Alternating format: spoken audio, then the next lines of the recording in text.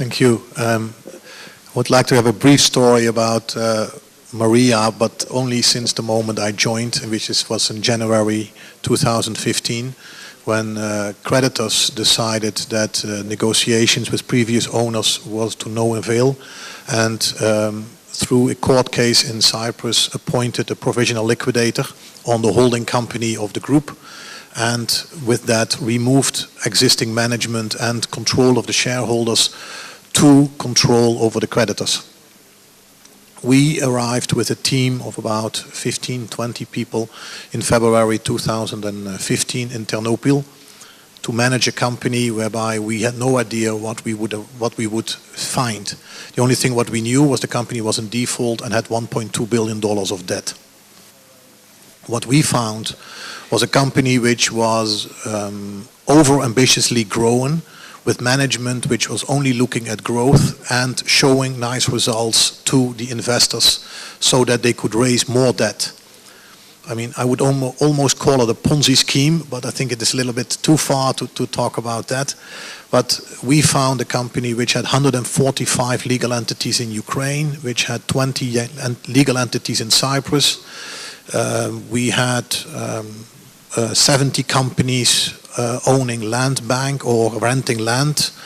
We had, what else? We had 35 banks which all had different credit arrangements with different creditors, different surety structures. We found that there were 17 operational clusters which were each as a sort of independent structure organized. We found that people were selling on the street Mriya goods. So from that moment on, we worked on three things. Very hard. One, getting control of what we had. Because, sorry, I forgot one thing. We also found out that what everybody knows is Mriya legally was not Mriya, because legally there were another 150, at least maybe up to 200 legal entities which were considered as part of the Mriya group but were effectively controlled by the family through different legal structures. So we did not control them. We did not control the sugar factories, which is everybody thought that was the base of Mriya. We did not control the port. We did not control DV Bank. They were all in different legal structures. And over the year, we think that we have found at least 60 or 70 non-resident companies in the BVI, in Cyprus, in Panama, which were all directly or indirectly linked to the family. And I think that we checked last week when this Panama paper announcement came up, and you can find a huge list of legal entities all linked to the Gutta family. But operationally, we worked very hard to get the company under control. We changed the whole organization structure from 17 independent clusters into 7 organized blocks, which all have the same legal structure, the same organization, the same people, so that we from central management know exactly to whom to talk in which block and which cluster. We centralized purchase, we centralized sales, we centralized security to make sure that everything is under control in terms of purchase, sale, procurement, operations. I mean, we got the GPS system which was bought and showed to everybody of you who invested in Mriya as being the state of the art. We got it operational. We now know which land we own and where we work with the tractor. And it's not only a very nice electronic thing which everybody could show to the bankers, look how good we are, but which effectively did not work.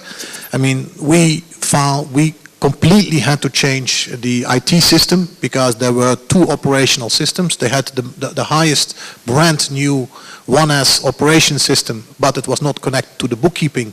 So the people from the bookkeeping had to print the information out of the operational system and manually enter it into the bookkeeping system.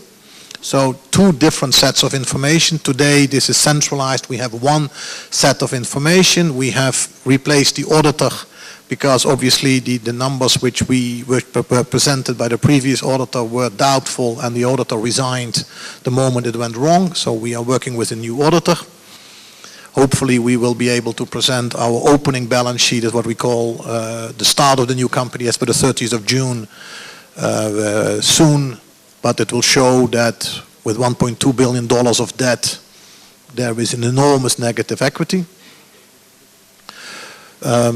Operationally, we had to build up our trust with both our suppliers, our off-takers, our banks, and the state. I mean, as Daniel just said, we were one of the companies which have moved from where we were under previous management into completely white business. We are paying all, I mean, one of the first things we did was to pay all our salaries officially, because before that, it seemed that most of the people were earning 1,000 grivnas. If you looked at the state statistics, today everybody gets full salary officially. We pay taxes, we pay VAT when we sell an asset and we make VAT on it. And after the first year being obliged to sublease part of our land, this year we are operating our complete land bank, which is more than 160,000 hectares. Again, something completely different than what was announced by previous management, because the 300,000 hectares which they announced, we never found. We found about 200,000 hectares whereby at least 30,000 hectares was subleased, illegally used from state authorities, not registered, incorrectly registered on companies which were not under Mriya control. So today we control about 175,000 hectares of land, and we are farming 160,000 hectares of land. This year, whereby we do the main standard crops, we moved as first time last year into sunflower, whereby nobody thought that so far west of Ukraine you could produce sunflower. But we, for the first year last year, made a yield of 2.2 tons on sunflower. This year again we will do a big part of sunflower, but again we will move back into potatoes. I mean, Mriya was always the biggest potato producer in Ukraine. We are hopefully this year again will be the biggest potato producer in Ukraine, and we will start up our starch plant again. And at the same time, we are trying to restructure our debt, because the $1.2 billion of debt which we have is absolutely not sustainable. As we have already and previously announced, we have come to an agreement with our creditors that the sustainable debt level is around $300 million. So we will restructure our overall debt portfolio into a $300 million debt after restructuring. And the rest of the debt, so the approximately $900 million, will be converted into, I mean, we've used the word equity-like instrument, but effectively it's equity, but there is a restriction on Ukrainian banks to own equity, and therefore we have to find a way how we can give the Ukrainian banks, which are a big part of our creditors, return and control as if it's equity, but as a debt, so that they comply with the National Bank of Ukraine legislations. Hopefully we'll succeed in restructuring our company before the end of the year.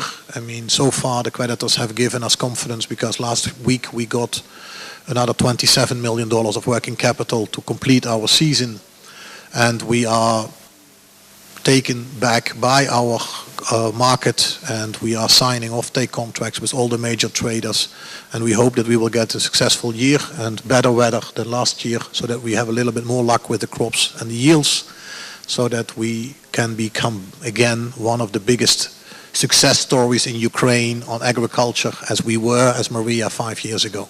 Thank you.